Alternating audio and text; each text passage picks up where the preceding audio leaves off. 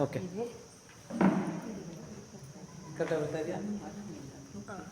ಹಾಂ ಚಾಲು ಮಾಡಿದ್ರಾ?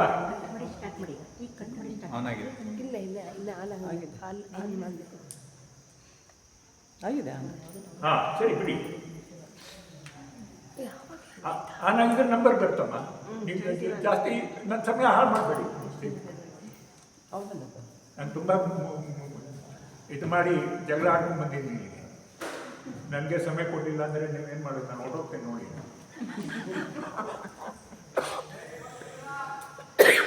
ಕೈ ಹೀಗೆ ಚಿಕ್ಕ ಬೆರಳು ಹಿಡ್ಕೊಳ್ಳಿ. ಕೈ ಜಲ, ಪೃಥ್ವಿ, ಆಕಾಶ, ವಾಯು, ಅಗ್ನಿ. ನೆನಪಿಟ್ಕೊಳ್ಳೋಕ್ಕೆ ಹೇಳ್ತಾ ಇದ್ದೀನಿ. ಚಿಕ್ಕ ಬೆರಳು ಚಿಕ್ಕ ವಯಸ್ಸಿನಿಂದನೂ ಮಾಡ್ಕೊಂಡು ಬಂದಿದ್ವಿ, ಈಗಲೂ ಮಾಡ್ತೀವಿ. ಸುಮ್ಮನೆ ಹೋಗಿ ಮಾಡ್ತೀವಿ. ಸಾರ್ ಜಲ ಜಲ ಕೆಳಗೆ, ಮೇಲ್ಗಡೆ ಪೃಥ್ವಿ, ಪೃಥ್ವಿ ಮೇಲೆ, ಜಲ ಕೆಳಗಡೆ.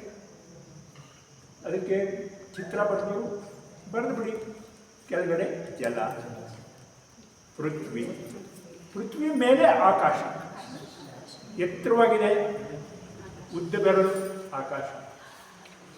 ಇದು ವಾಯು. ಜ್ಯೋತಿ ಉರಿಬೇಕಾದ್ರೆ ಹೇಗೆ ಉರಿ? ಅದಕ್ಕೆ ಹೀಗೆ ಇಟ್ಕೊಂಡಾಗ ನೆನಪಿರುತ್ತೆ. ಇಲ್ಲದಿದ್ರೆ ಇದ ಆಯ್ತಾ? ಈ 5 ತತ್ವಗಳಿಂದ ಶರೀರ ಆಗಿದೆ.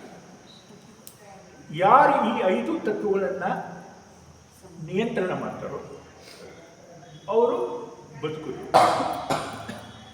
ಯಾರು ನಿಯಂತ್ರಣ ಮಾಡೋಕ್ಕಾಗಲ್ಲೋ ಹಾಸ್ಪಿಟ್ಲಿಗೆ ಹೋಗ್ತಾರೆ ಅಷ್ಟೇ. ಜಲತತ್ವ ಅಂದರೆ ಏನು?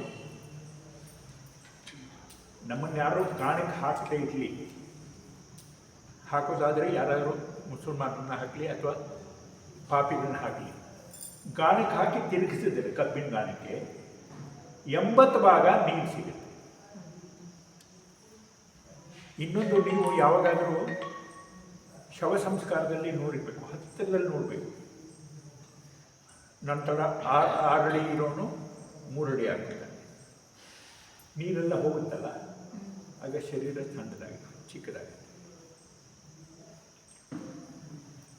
ಅದಕ್ಕೋಸ್ಕರ ನೀರಿನ ಅಂಶ ಅಂದರೆ ಕೇವಲ ನೀರಲ್ಲ, ರಕ್ತ ಇದೆ, ವೀರ್ಯ ಇದೆ. 72,000 ಗ್ರಂಥಿಗಳು ಕೆಲಸ ಮಾಡ್ತಿದೆ. ಎಷ್ಟು? 72,000. ಕೂದಲನ್ನು ಇಟ್ಕೊಳ್ಳೋಕೆ ಬೇರೆ ರಸ ಬೇಕು, ಕಣ್ಣಲ್ಲಿ ನೀರು ಬೇರೆ ರಸ, ನಾಲಿಗೆಯಲ್ಲಂತೂ ಇಷ್ಟೊಂದು ರಸ.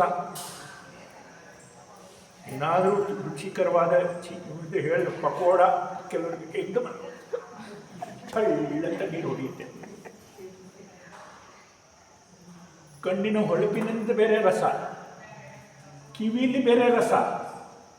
ಹುಳ ಒಳಗಡೆ ಹೋಗ್ಬಾರ್ದು ಅಂತ ಮಾಡಿದ್ದಾನೆ ಭಗವಂತ. ಹೀಗೆ ರಸಾಯನಶಾಸ್ತ್ರ ಇಷ್ಟ ಆಗ್ತದೆ. ಅದೆಲ್ಲವೂ ನಿಯಂತ್ರಣ ಕೇಳಬೇಕಿದೆ.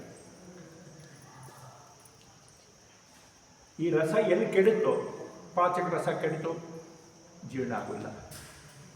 ಕಣ್ಣಿನ ನೀರು ಕೆಡುತ್ತೋ ಕನ್ನಡಕ ಹಾಕಬೇಕಾಗುತ್ತೆ. ನಾಲ್ಗೆ ರುಚಿ ಕೆಡುತ್ತೋ ಊಟ ಮಾಡೋಕ್ಕೆ ಇಚ್ಛೆ ಆಗೋಲ್ಲ. ಅದಕ್ಕೆ ಇವೆಲ್ಲ ರಸಾಯನಶಾಸ್ತ್ರ.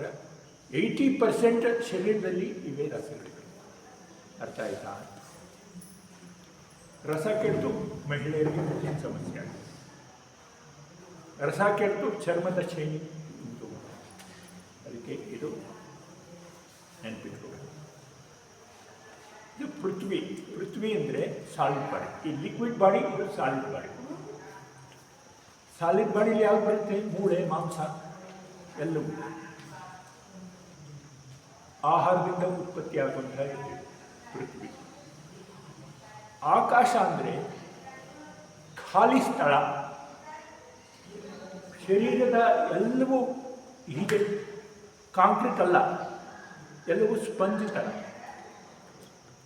ಎಲ್ಲಕ್ಕೂ ಕೆಲಸ ಮಾಡೋಕ್ಕೆ ಅವಕಾಶ ಬೇಕು. ಇಂಗ್ಲೀಷಲ್ಲಿ ಏನಂತಾರೆ? ಸ್ಪೇಸ್ ಅಂತ ಹೇಳ್ತಾರೆ. ಸ್ಪೇಸ್ ಅಂದ್ರೆ ಏನು? ಖಾಲಿ ಸ್ಥಳ. ಆಕಾಶಕ್ಕೂ ಸ್ಪೇಸ್ ಅಂತ ಹೇಳ್ತಾರೆ. ಅದಕ್ಕೋಸ್ಕರ ಖಾಲಿ ಸ್ಥಳ ಬೇಕು ಶರೀರದಲ್ಲಿ. ಇಲ್ಲದಿದ್ರೆ ಒಂದ್ರ ಮೇಲೆ ಒಂದು ಕೂತ್ಕೊಂತಂದ್ರೆ ಎರಡೂ ಕೆಲಸ ಮಾಡೋಕ್ಕಾಗಲ್ಲ.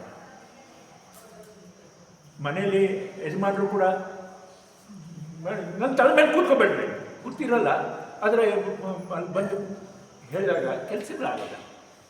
ಅದಕ್ಕೋಸ್ಕರ ಅಂಗಗಳಿಗೂ ಕೂಡ ಸ್ಥಳ ಬೇಕು. ಅದಕ್ಕೋಸ್ಕರ ಆಕಾಶ. ವಾಯು ತುಂಬ ಇದೆ. ಆನ, ಉದಾನ, ಸಮಾನ, ಅಪಾನ. ತಲೆ ಕೆಲಸ ಮಾಡೋಕ್ಕೆ ಬೇರೆ ಬೇಕು, ಹೃದಯ ಕೆಲಸ ಮಾಡೋಕ್ಕೆ ಪ್ರಾಣ ಬೇಕು, ಶ್ವಾಸಕೋಶ ಕೆಲಸ ಮಾಡೋಕ್ಕೆ ಬೇರೆ ಬೇಕು,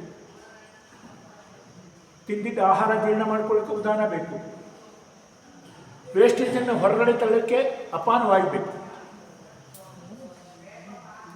ಇಷ್ಟೊಂದು ಇದೆ. ಅದು ಸರಿಯಾಗಿ ಡಿಸ್ಟ್ರಿಬ್ಯೂಷನ್ ಆಯಿತು ಅಂದರೆ ಸಮಸ್ಯೆ ಇರೋಲ್ಲ. ಕಟ್ಕೊಂತು ಅಂದರೆ ನೋಡೋಕ್ಕಾಗಲ್ಲ. ಗ್ಯಾಸ್ಟ್ರಿಕ್ ಟ್ರಬಲ್, ಗ್ಯಾಸ್ ಒಳಗಡೆ ಆಗಿದೆ, ಹೊರಗಡೆ ಬರ್ತಾ ಇಲ್ಲ, ಓದಾಡ್ತಾರೆ.